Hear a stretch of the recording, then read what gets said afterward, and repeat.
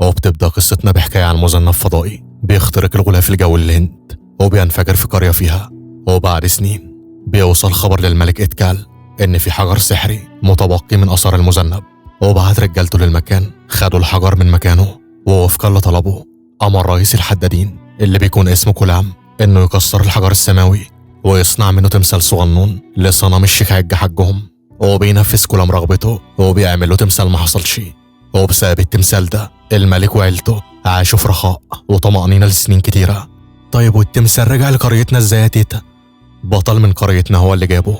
في يوم واجه الملك إتكال قوة خطيرة جدا اقتحمت حدود المملكة، وبعت رجالة للسيطرة على الموقف، لكن ما قدروش على القائد المحتل.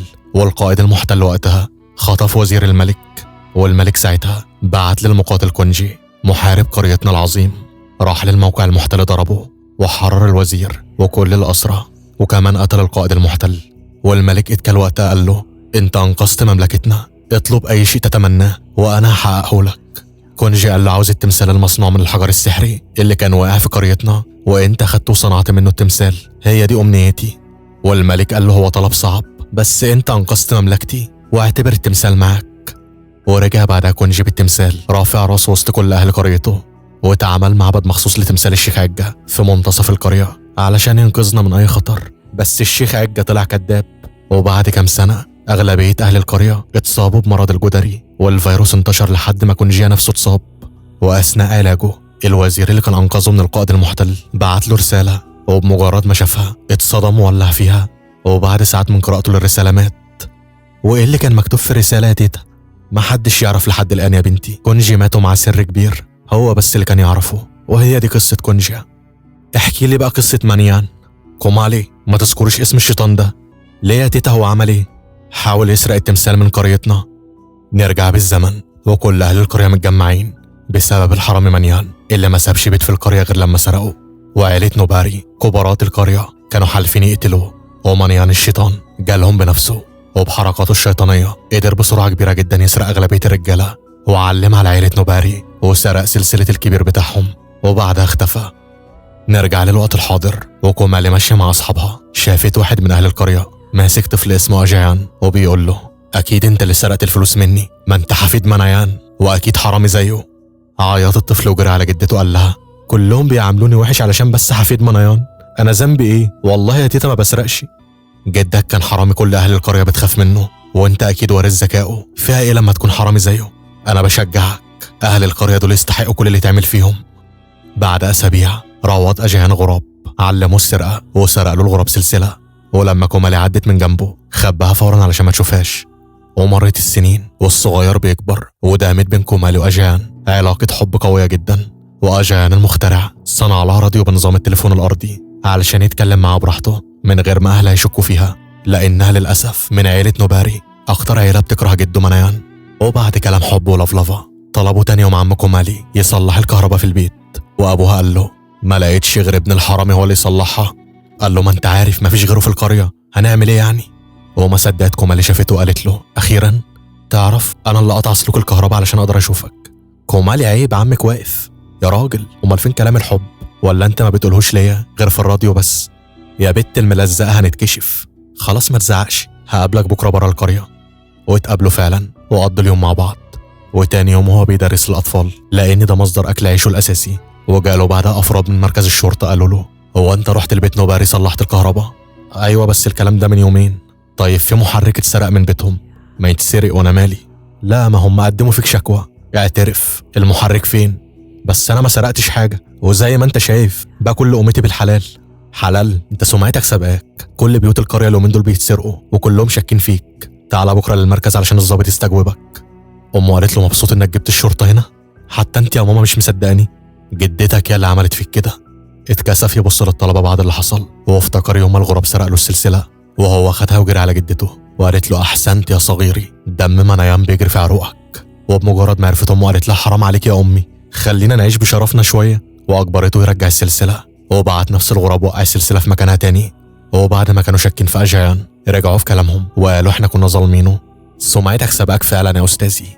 المهم وصل بعدها فريق من الصحافة علشان يعملوا صرح عن عادات وتقاليد القرية، واستقبلهم والد كومالي.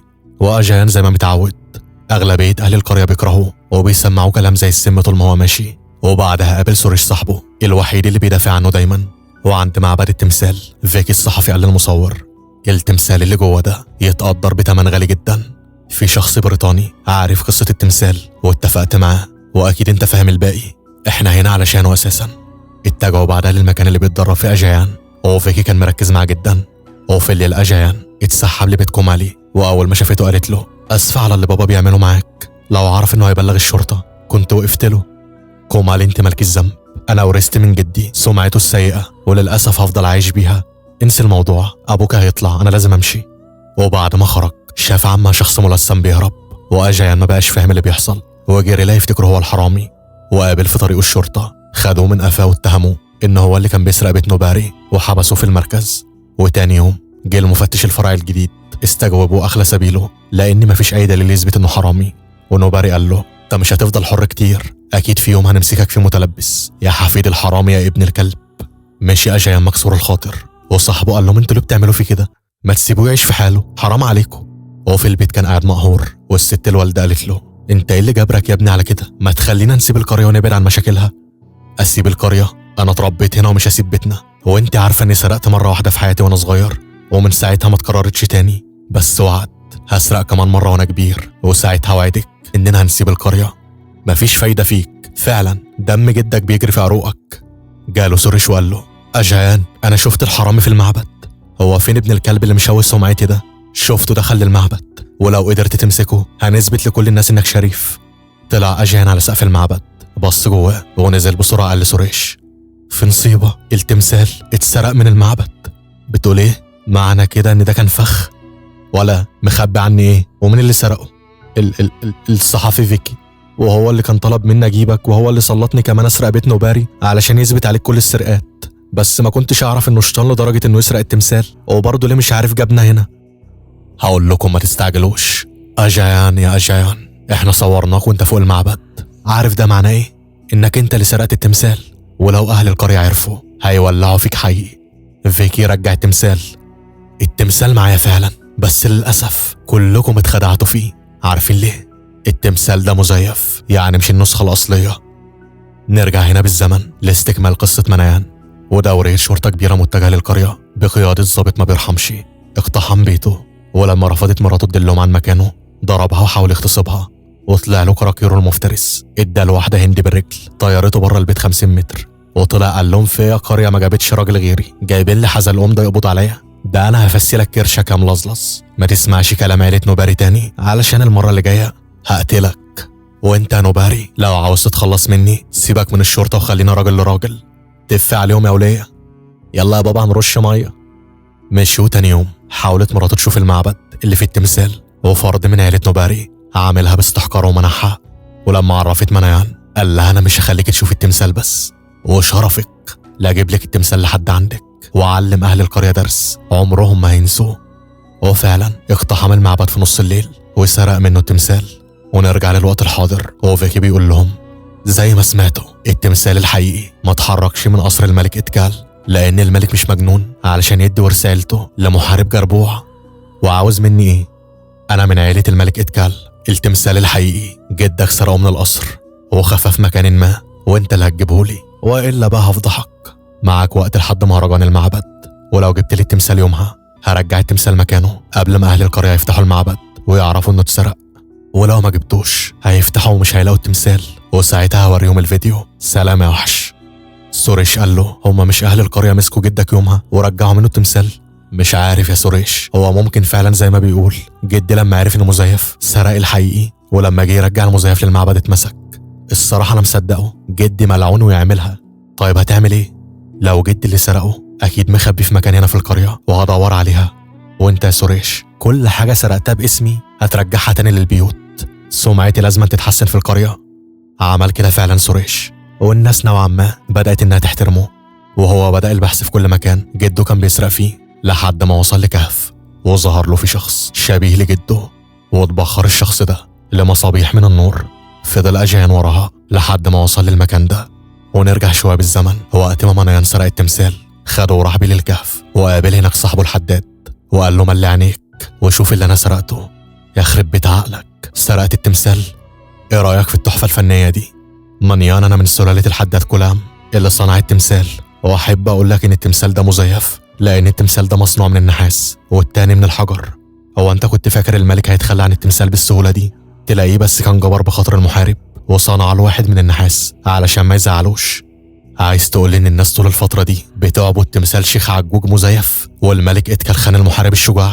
معنى كده إن أكيد الرسالة اللي قرأها المحارب كان مكتوب فيها حقيقة التمثال. ملك خاين، أنا هسرق التمثال الحقيقي وأرجعه للقرية. لا لا لا، قرية إيه؟ أهلها زبالة وما يستاهلوش، هقدمه هدية لمراتي. رتب الحداد دخوله للمملكة في يوم كان كله احتفالات، ودخلوا الجانب الغربي أهم مكان في القصر، موت الحراس اللي فيه واتجهوا لمكان محدد. وصاحبه قال له على حسب ما اعرف الغرف السرية الموجودة هنا متحصنة كويس جدا. وبالفعل وقعوا في أول فخ والحيطان فتحت عليهم رشقات متتالية من الأسهم، وجري بسرعة على النجمة قفلها ووقف الفخ. والحداد قال له احنا في المكان الصح، أنا متأكد إن التمثال هنا. كملوا الطريق ووقع في فخ كرات النار، عدى منها بصعوبة كبيرة بس كان وصل لحيطة ست ومفيش أي مخرج تاني، وخبط على حيطة معينة لحد ما كسرها، ولقى مكان في بوابة عليها لغز الأقفال السماوية التسعة، ونزل وبدأ يحل فيها لأنه كان دارس عنها. والمحاولة الأولى فشلت وأبواب المكان اتقفلت عليه، وبدأ المكان يتغرق بالمية وهو مازال مستمر في حل اللغز وبيقول له مكتوب للموت، هموت هنا لكن مش هستسلم. بدأ يراجع نفسه وافتكر أهم لغز في الباب، وأول ما ركب آخر ماسة في مكانها الصح الباب اتفتح، وأخيرا وصل للتمثال الحقيقي إلا بمجرد ما شاله قوة سحرية هيمنت على المكان وما بقوش مصدقين عينيهم.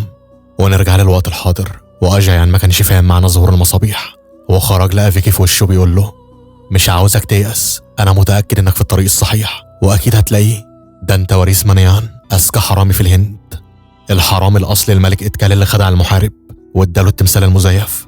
هو مش مجبر إنه يديهوله، تقدر تقول جبر بخاطره يا ابن الحرامي. لا لا إيه ده، ما تتعورش علشان ما تتعورش، خطوة كمان وهموتك، خليك شطور واسمع الكلام وإلا هفضحك بالفيديو. رجع أجايان البيت، حكى للست الوالدة عن الموقف الخطير اللي متورط فيه، وسألها لو تعرف أي حاجة عن التمثال الحقيقي. ونرجع شوية بالزمن، ومانيان رجع البيت حط التمثالين جنب بعض وقال لمراته الحقيقي لينا، أما المزيف هرجعه للمعبد. التمثال ده أكيد هيكون ليه قيمة كبيرة في المستقبل. وفي طريقه للمعبد نوباري وأهل القرية وقعوا في فخ، والظابط اللي كان ضربه قال له وقعت ومحدش سمع عليك. تفتكروا دي هتكون نهاية مانيان؟ أكيد لأ، ده ابن جنية. طلع سكينة من البوكسر زي ما بقول لكم كده، قطع بيها شباك المصيدة، وعدى أول طلقة والتانية، وفي التالتة جاب الظابط كسر رقبته وموته فورا. وبما إن القدرة تغلب الشجاعة، أهل القرية اتكتروا عليه بشعلة النار، والمعلم دوخهم في الغابة ومسك ابن نوباري اللي هو أبو كومالي وكواله وشه بالنار، وجري بسرعة جنونية وبقى بيصطادهم فرد فرد ومش خايف منهم، لحد ما وصل لشلالات المية وقدروا يحاصروه من كل مكان علشان يوقعوا من على الجبل. وهو علشان ذكي طلع لهم التمثال وقال لهم لو ما بعدتوش عني هرميه. خافوا يقربوا منه لأن التمثال حاجة كبيرة جدا عندهم. ونوباري في اللحظة دي جاب مراته وبنته وهددوا انه لو ما استسلمش هيموتهم. ومانيان قال له لعبتها صح، بس مش هناولك الشرف بانك تموتني. وساب لهم جدك التمثال وانتحر. طيب جدتي كانت تعرف هو خبى التمثال الحقيقي فين؟ حاولي تفتكري يا امي. تعالى معايا. البوق ده جدتك كانت موصياني اديهولك لما تكبر، واكيد ليه علاقة بالتمثال. جه في الوقت ده المدرب بتاعه وقال له مهرجان المعبد قرب وعاوزينك تلعب المصارعة باسم قريتنا. نعم، ألعب باسم قريتنا اللي مطلعاني حرامي ومشوهة سمعتي؟ آسف مش هقدر. أمه قالت له يا ابني يمكن دي الحاجة الوحيدة اللي نسترد بيها كرامتنا. وافق فعلا، ويوم المهرجان أبو كومالي دفع فلوس للمصارع اللي هيواجهه علشان يموته. وبدأت المواجهة، وأجايا متفوق على خصمه بمراحل كتيرة جدا وخلاه يخضع بحركة الاستسلام. بس وقتها بص له فيكي بمعنى إن كلها ساعة وباب المعبد هيتفتح وهيفضحه، وما بقاش مركز وخسر المباراة علشان يكسب وقت ويدور على التمثال. وصاحبه سوريش قال له انت عارف انك مش هتقدر توصل للتمثال، خد كومالي وامك واهرب من القرية وسيب لنا فيك الكلب، هقدر اتعامل معاه.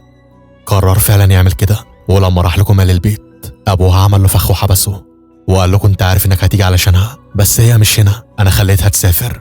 انا المرة دي مسكتك متلبس وبلغت الشرطة، واظن مش هيبقى عندهم حجة يا نسل الكلاب. اتفتح المعبد في الوقت ده وما لقوش فيه التمثال، وفيك الملعون عرض لهم الفيديو ووقعوا في ورطة كبيرة وكل أهالي القرية اتجمعوا وقرروا إنهم يقتلوه، وهو قدر يهرب من البيت. وبيتكرر معاه نفس مشهد جده، وبيوصل الغابة اللي كانوا بيجروا فيها وراه.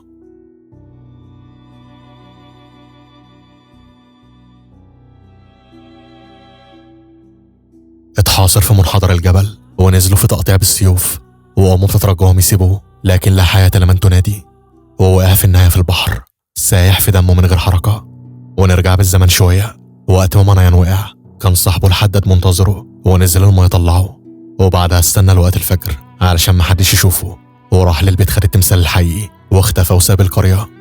وفي الوقت الحاضر خرج أجيان على الشاطئ ولاحظ حاجة غريبة، وهي إن في مكان في المية معدوم من الجاذبية، وأي شيء بيقرب من المكان بيطير وما بيقعش. وافتكر إنه نفس المكان اللي جدته كانت بتجيبه فيه دايما. ونزل المية ضرب غطس الموقع المكان، ولقى حجر كبير جدا تحت المية شكله غريب، وطلع البوق اللي كانت جدته سايبه ليه، ركبه في موقع الحجر واتفتح باب موجود فيه التمثال. المهم خرج من المية لقى فيكي في وشه بيقول له: أحسنت يا صديقي، كنت متأكد إنك هتوصل له، يلا هات التمثال. أجيب مين يا ابن النصابة، أنت فضحتني، والتمثال ده هرجع بيه شرف العيلة. حاول فيكي يهدده بالسلاح، بس المرة دي أجيها ما سمحش ليه، وضربوا الضربة القاضية على دماغه، وسلم التمثال لوالدته. وعرفوا أهل القرية إن طول السنين دي كلها كانوا بيعبدوا شيخ عجوج مزيف، ولولا منيان التمثال الحقيقي ما كانش وصل لهم، وهيفضلوا مغشوشين. وفي نهاية الفيلم بيسيب القرية وبيروح ورا كمالي، ووداعا يا ابن الحرامي. ما هو الصراحة جدك كان حرامي بجح قوي.